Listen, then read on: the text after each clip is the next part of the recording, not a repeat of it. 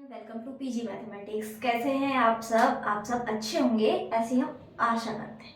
आज हम स्टार्ट करने वाले हैं स्पेशल फंक्शन। ये टॉपिक हमारा आता है हमारे पीजी पोर्शन से, पोस्ट ग्रेजुएशन वाले पोर्शन से। ये lecturer, college lecturer and school lecturer दोनों के लिए ही इम्पोर्टेंट टॉपिक है। इसके साथ ही ये और भी हायर मैथमेटिक्स के एग्जाम्स में काम आता है। इसे स्टार्ट करेंगे मैं आपको टॉपिक के बारे में बताती हूँ। हम यहाँ पे इस पांच जो फंक्शन है स्पेशल, इन पे बात करेंगे हमारी पूरी सीरीज में। एक हाइपरजोमेट्रिक फंक्शन जिसे हम गॉस हाइपरजोमेट्रिक फंक्शन भी कहते हैं। इसके अलावा Bessel function, Legendre function, Hermite polynomial, Laguerre polynomial. इन 5 फंक्शंस के बारे में बात करने वाले हैं। ये इम्पोर्टेंट पांचों जो फंक्शंस हैं ये हमारे एमएससी में, जो हमारे पोस्ट ग्रेजुएशन वाला कोर्स है, उसमें आते हैं। आप इसे अपने एमएससी के लिए भी यहाँ से तैयार कर सकते हैं।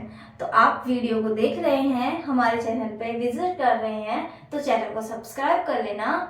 और इसके आगे इसकी पूरी लेक्चर सीरीज हमारी आने वाली है। साथ ही हमारा जो व्हाट्सएप चैनल है वहाँ पे भी आप ज्वाइन कर सकते हैं। इसके अलावा भी और भी linear algebra and complex analysis की लेक्चर सीरीज भी मेरे चैनल पे अवेलेबल हैं, आप वो भी देख सकते हैं।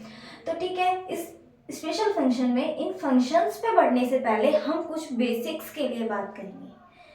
बेसिक्स में जैसे सबसे पहले यदि हम हाइपरजोमेट्रिक फंक्शन स्टार्ट करेंगे तो हमें gamma function, beta function, Pochhammer symbol, बाकी छोटी छोटी चीज़ों की भी आवश्यकता पड़ेगी हमारे लिए। वो चीज़ें जानना भी थोड़ा ज़रूरी है। तो आज की इस क्लास में तो हम केवल बेसिक्स पे ही बात करेंगे। हाइपरजोमेट्रिक फंक्शन या गॉस फंक्शन से हम नेक्स्ट लेक्चर में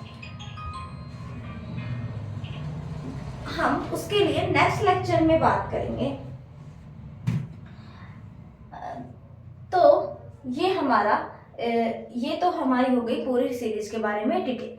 तो बेसिक के बारे में बात करेंगे। गामा बीटा फंक्शन से स्टार्ट करते हैं। और गामा बीटा फंक्शन की जो डेफिनेशंस वगैरह हैं, जो किस तरह हम उसे प्रूफ करके लेके आते हैं, वो सारी चीज़ें भी गामा और बीटा फंक्शन की जो लिंक्स हैं, वीडियो लिंक है, वो भी मैं आपको इसके डिस्क्रिप्शन में या फिर कमेंट बॉक्स में पिन करा दूंगी। और हम स्टार्ट करते हैं सिर्फ गामा और बीटा फंक्शन का। गामा एंड बीटा फंक्शन के बारे में हम यहाँ पे हल्का हल्का सा रिव्यू देंगे, हल्का हल्का सा देखने वाले हैं। बाकी पूरा आप देखना चाहते हैं तो वहाँ से देख लेंगे। सबसे पहले हम गामा फंक्शन की बात करेंगे कि गामा फंक्शन की हम चेहरा याद कर लें कि कैसा दिखता है हमारा गामा फंक्शन। कुछ इंपॉर्टेंट फॉर्मूलेज हैं उन पे बात कर लेते हैं। तो सबसे पहले आप लिखेंगे गामा फंक्शन।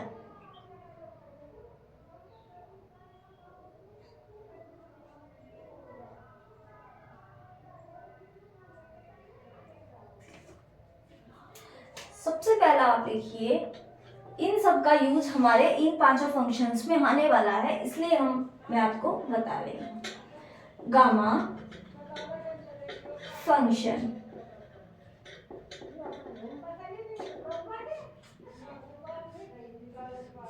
गामा फंक्शन क्या है, गामा फंक्शन किस तरह दिखता है, सबसे पहले आपको पता होगा। जो गामा फंक्शन है उसे हम इस तरह डिनोट करते हैं, गामा एन। इसे क्या बोलते हैं, गामा एन। और इसकी वैल्यू क्या होती है, इसकी वैल्यू होती है इंटीग्रेशन से। कैसे,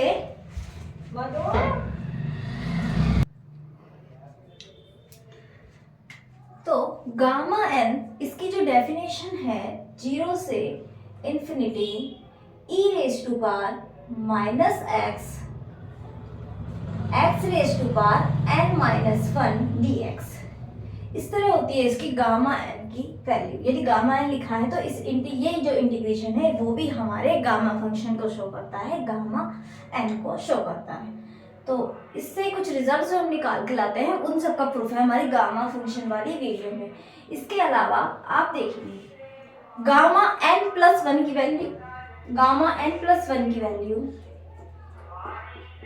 गामा एन प्लस 1 की वैल्यू होती है n gamma n. Gamma n plus 1 की वैल्यू होती है gamma n into gamma n. ये होती है हमारी गामा n+1 की वैल्यू। इसके साथ ही आपको हमेशा ध्यान रखना है, इम्पोर्टेंट है, गामा हाफ। गामा हाफ की जो वैल्यू होती है वो होती है √π। गामा हाफ की वैल्यू होती है वो होती है हमारी √π। हमेशा ध्यान रखेंगे। इसके अलावा एक होता है डुप्लीकेशन फॉर्मूला, गामा फंक्शन में एक होता है डुप्लीकेशन फॉर्मूला। डुप्लीकेशन फॉर्मूला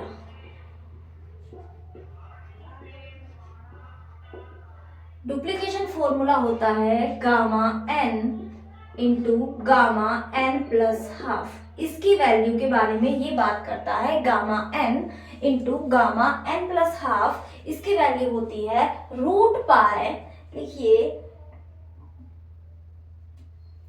√π, या जनरली कई लोग ऐसे लिखते हैं गामा हाफ, तो हम लिखते हैं √π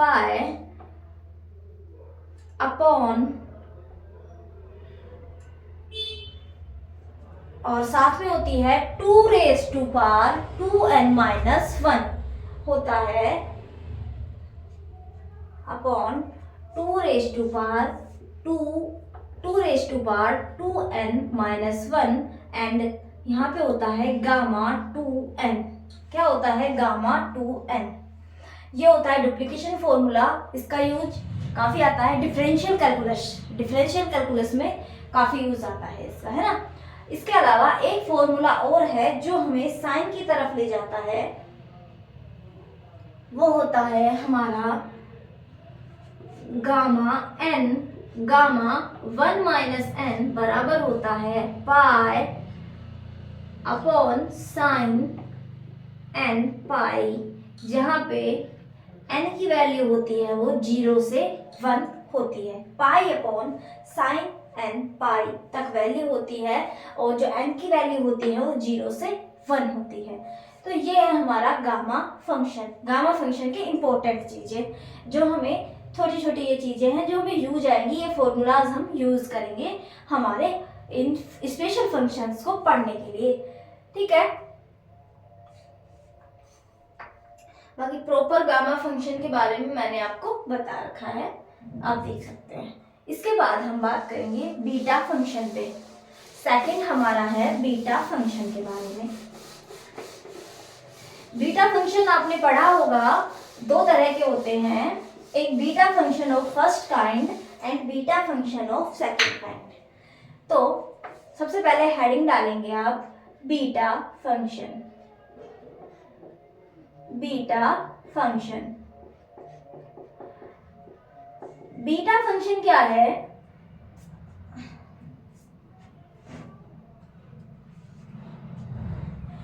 इसके लिए बीटा, एक्चुअली बी लिखते हैं, वो बीटा की तरह आदत हो गई है। बीटा mn बराबर इंटीग्रेशन, इसका भी इंटीग्रेशन करते हैं हम 0 से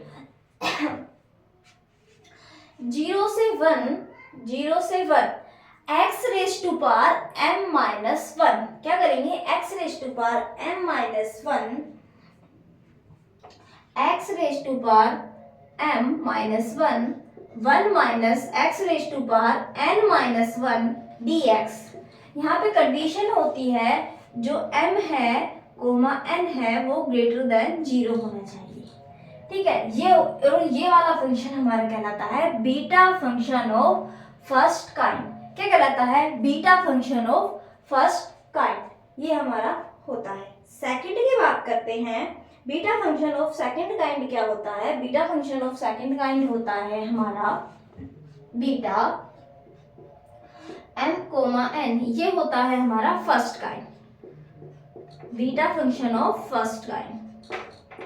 सेकंड होता है इंटीग्रेशन 0 से infinity x raise to power m upon 1 plus x raise to power m+n dx। ये होता है beta function of second kind, m-1 ही होता है ये होता है beta function of second kind. वही m और n हमारे ग्रेटर देन होने चाहिए, इसके साथ ही इसे हम कहते हैं सेकंड काइंड। Second kind. वैसे ये लिखने की वैसे लिखते नहीं ना, सेकंड काइंड। ये होता है beta function of second kind, ये beta function of first kind. First kind में इंटीग्रेशन 0 से इन्फिनिटी जाता है, सॉरी 1 जाता है। सेकंड काइंड में 0 टू इन्फिनिटी जाता है। यहाँ ऊपर आता है 1 माइनस एक्स और पावर में भी n माइनस 1 होता है। यहाँ नीचे आता है 1 प्लस एक्स एंड पावर में m प्लस n होता है। एक्चुअली में होता क्या है, इसी में पुट करके हम सेकंड काइंड पे पहुंचते हैं। तो वो सब प्रोसेस मैंने कराया हुआ है बीटा वाली क्लास में, तो उसकी जरूरत नहीं है। इसके साथ ही हम जानते हैं जो बीटा फंक्शन होता है ये हमारा सिमेट्रिक फंक्शन होता है। कैसा फंक्शन होता है? सिमेट्रिक फंक्शन होता है, यानी बीटा m कोमा n की value beta n comma m के बराबर होती है। क्या होता है? बीटा m कोमा n की वैल्यू जो होती है बीटा n कोमा m के बराबर होती है। ये आपको ध्यान रखना है हमेशा, सिमेट्रिक फंक्शन होता है ये। इसके साथ ही बीटा और गामा में एक रिलेशन होता है। बीटा m कोमा n की वैल्यू होती है, बीटा m कोमा n की वैल्यू होती है gamma n upon gamma m plus n। ये होती है हमारी बीटा और गामा में रिलेशन। तो ये रिलेशंस ये आपको याद रखने हैं, ठीक है।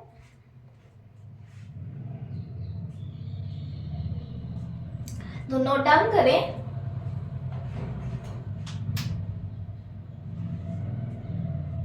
इसके बाद हमारी नेक्स्ट हेडिंग होगी पोस्मर सिंबल। इसे नोट डाउन कर लें।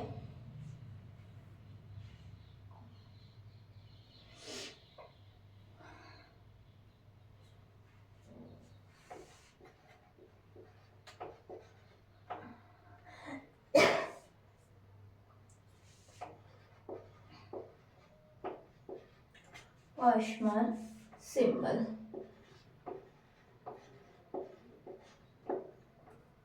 ये भी आप लोगों ने पढ़ा होगा पहले, तो इसे रब कर देते हैं।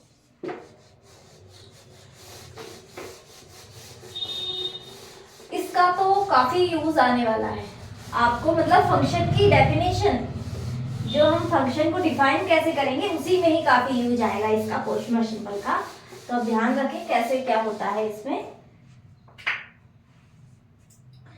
पोस्मर सिंबल में होता है, इस तरह हम डिनोट करते हैं अल्फा n।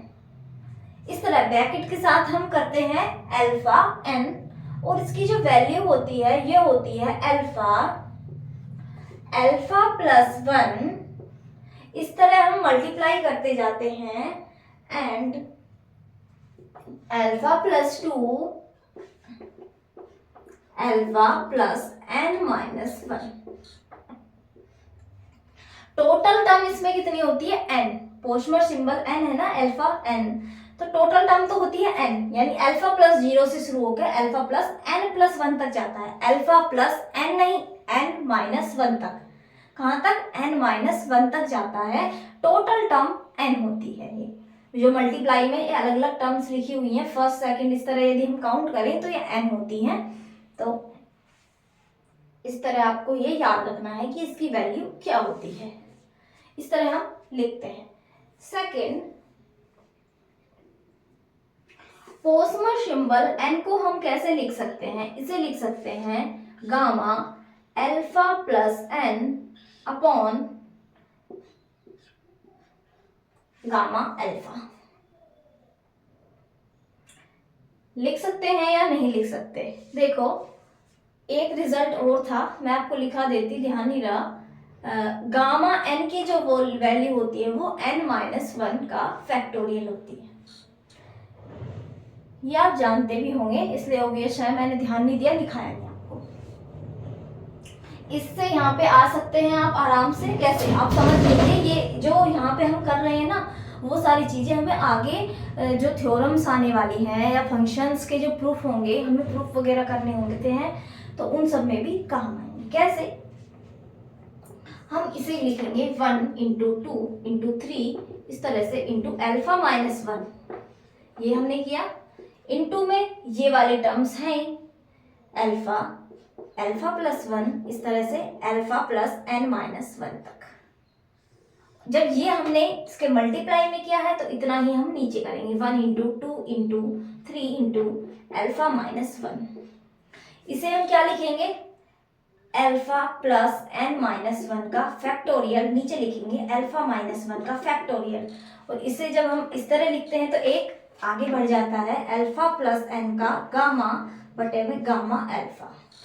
तो ये यहाँ से कैसे आया ये आप देख लीजिए। तो एक ये रिजल्ट है। इसके अलावा पोस्मर सिंबल अल्फा 0,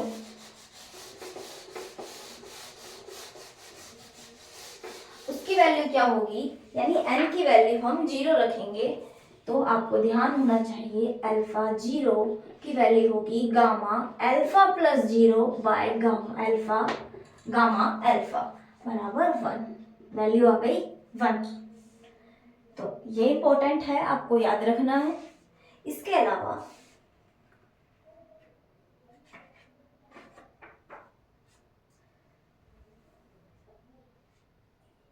अलावा हम बात करेंगे alpha Pochhammer symbol alpha n plus one, sorry n plus n लिख दिया, n प्लस वन, इसकी बात करने वाले हैं।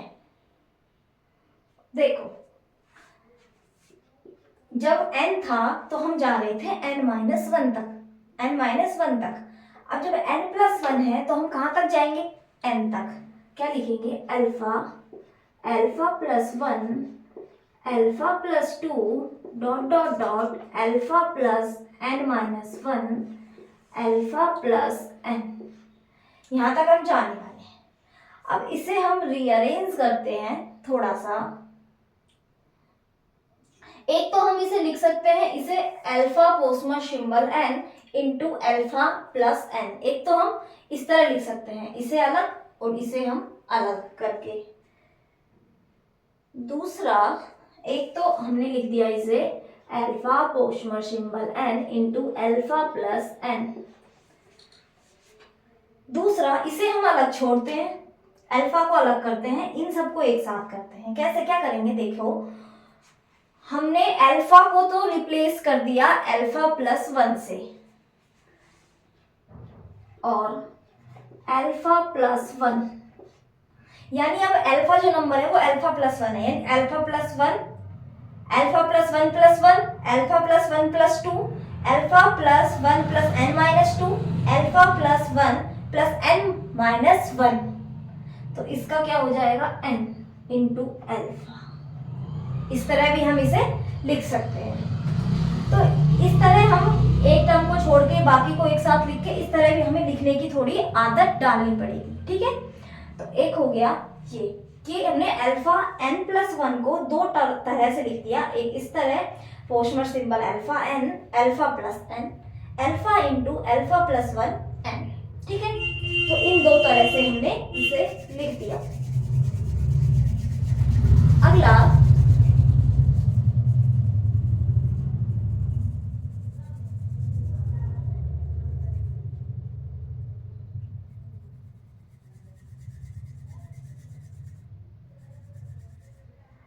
अगला इसी से हम लेके आते हैं, कैसे, देखो ये दोनों बराबर हैं, दोनों एक ही चीज के बराबर हैं, तो ये दोनों बराबर हैं, यानी Pochhammer symbol alpha n, alpha plus n बराबर alpha into alpha plus one n।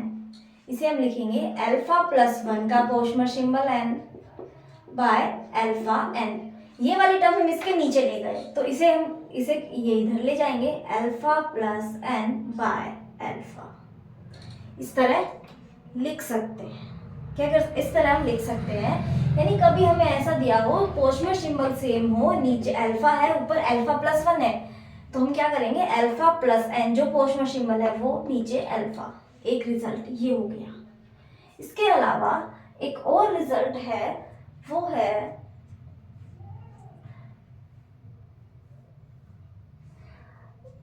वो तो कुछ खास नहीं है, यहीं से लेके आते हैं हम इस वाली टर्म से। कैसे, इसे हम लिखेंगे alpha Pochhammer symbol n plus one देखो अब +1 तो यहाँ पे तो अल्फा में हो रहा था, यहाँ पे क्या किया हमने n को और n+1 को किया, तो क्या हो गया ये अल्फा प्लस n बच गया। यदि हम नंबर में अंदर अल्फा में प्लस कर रहे हैं तो अपॉन में भी टर्म आने वाली है, जो यदि हम n और n+1 कर रहे हैं तो ये ओनली अल्फा प्लस 1 आने वाला है। ठीक है, तो नोट डाउन करें। इसके बाद और लिखेंगे हम, अभी एक रिजल्ट और लिखेंगे, फिर इसके बाद हम जो हमारा अगला पोर्शन होगा हमारा, इसको मिटा देते हैं बस, वो डायरेक्ट हम नेक्स्ट क्लास में हमारा जो फंक्शन होगा, फर्स्ट फंक्शन गोस हाइपरज्योमेट्रिक या हाइपरज्योमेट्रिक फंक्शन, उसे स्टार्ट करेंगे और उन सब में हमारे इन सारे रिजल्ट्स के यूज आने वाले हैं। अब हम बात करेंगे अल्फा 2n पे। किस पे बात कर रहे हैं? अल्फा 2n पे।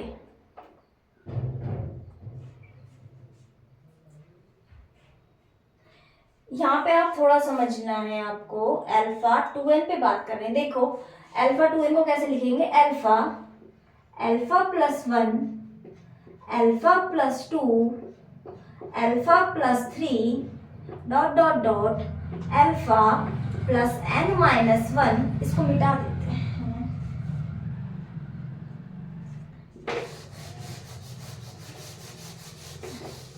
देखो alpha plus n-1, alpha plus n, alpha plus n+1 dot dot dot alpha plus 2n-2, alpha plus 2n-1।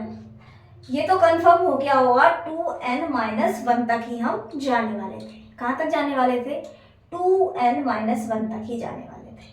ठीक है, क्योंकि हम जब n था तो n-1 तक जा रहे थे, n+1 था तो n तक जा रहे थे, यानी एक कम तक जा रहे थे। तो 2n है तो हम 2n+1 तक, 2n-1 तक ही जाने वाले हैं। अब इसे हम रीअरेंज करेंगे। कैसे?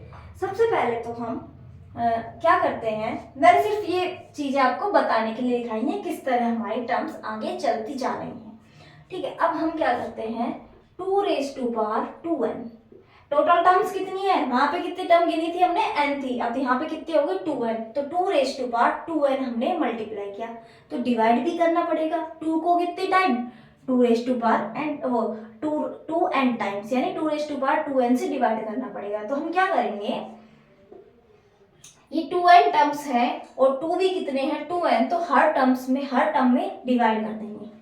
अल्फा/2 into alpha plus 1/2 into alpha plus 2/2 into alpha plus 3/2 dot dot dot, और ये टर्म्स लिखने की जरूरत नहीं, समझाने के लिए ही थी, अल्फा प्लस 2n-2/2 एंड इसे लिखेंगे अल्फा प्लस 2n-1/2, और ये हमारा ब्रैकेट, यानी हमने 2n से मल्टीप्लाई किया और डिवाइड किया। ठीक है, फिर अब इसे हम दो पार्ट्स में डिवाइड करेंगे। कैसे करेंगे? 2n तो हमारे पास आ गई है। Odd first third odd number वाली टर्म्स को अलग अलग करेंगे, सेकंड फोर्थ सिक्स यानी इवन नंबर वाली टर्म्स को हम अलग से करेंगे, अलग से अरेंज करेंगे।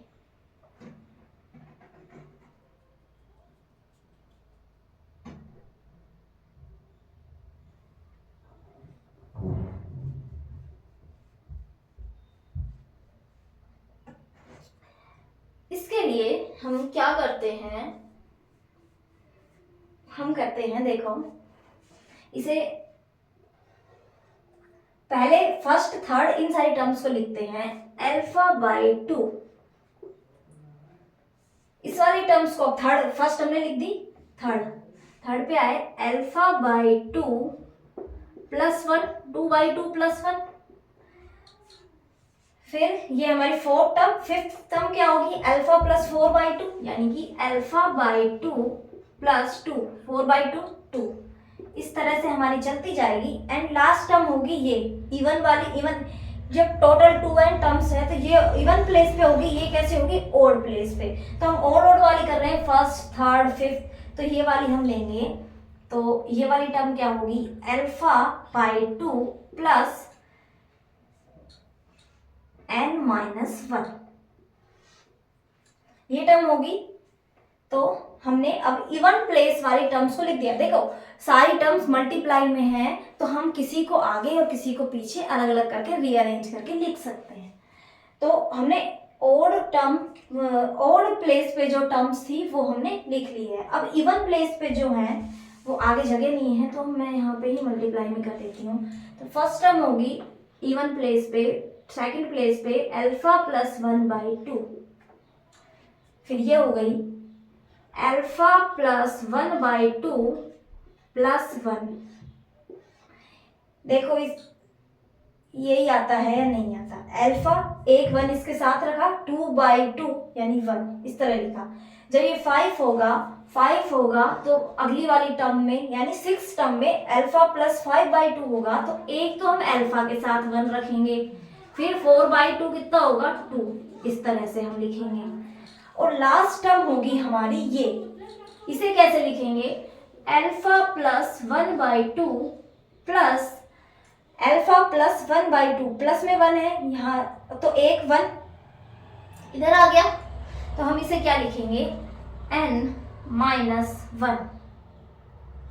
इसमें हो जाएगा ना काम, एक बार देख ले -2। और हाँ ये वाली टर्म को हम इस तरह लिख सकते हैं।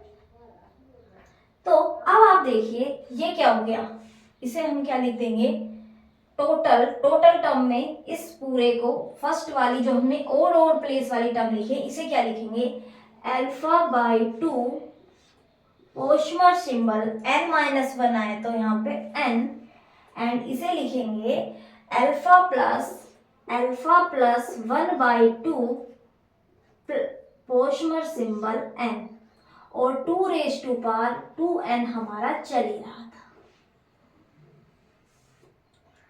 तो इसका मतलब अल्फा पोस्टमर सिंबल 2n को हम लिख सकते हैं 2n alpha by 2 Pochhammer symbol n alpha plus 1/2 Pochhammer symbol n, इस तरह हम इसे लिख सकते हैं। तो ये सारी कैलकुलेशंस आपको समझ आ गई होगी कि किस तरह की है ना। यदि समझ ना आए तो वीडियो को पीछे करके एक बार फिर से समझ लेना, समझाया मैंने अच्छे से ही है, फिर एक बार देख लो। ये हमने जनरल किस तरह लिखा है 2n है तो 2n-1 तक गए, हमने 2n को मल्टीप्लाई किया, 2n से डिवाइड किया, इसका मतलब 2n टर्म्स थी तो हर टर्म में 2 को डिवाइड किया। ओड प्लेस पे जो टर्म्स थी उन्हें एक साथ लिखा, इवन प्लेस पे जो टर्म्स थी उन्हें एक साथ लिखा, और ये क्या मिलके क्या बन रहा है वो हमने लिख दिया। ये वाली टर्म तो इसके साथ ही मल्टीप्लाई में है, ये मत समझ जाना है ना। तो ये हमारा आ गया, ये किसकी वैल्यू हो गई हमारी अल्फा पोस्टमर सिंबल 2n की, ये वैल्यू आ गई हमारे पास। तो इस तरह है हमारा ये पोस्टमर सिंबल। तो ये रिजल्ट आपको याद रखने हैं, है ना, ये रिजल्ट्स आपको याद रखने हैं जो जो हमने लिखे हैं। नेक्स्ट क्लास में हम स्पेशल फंक्शन एक स्टार्ट कर देंगे। फर्स्ट ऑफ ऑल हम गॉस हाइपरजोमेट्रिक फंक्शन ही स्टार्ट करने वाले हैं। तो जुड़िए, आपके दोस्तों को भी बताइए जो MSc में है या फिर कोई आपके साथ साथ ही किसी लेक्चरर एग्जाम की तैयारी कर रहा हो। तो आज के लिए इतना ही, मिलते हैं नेक्स्ट क्लास में। Okay bye.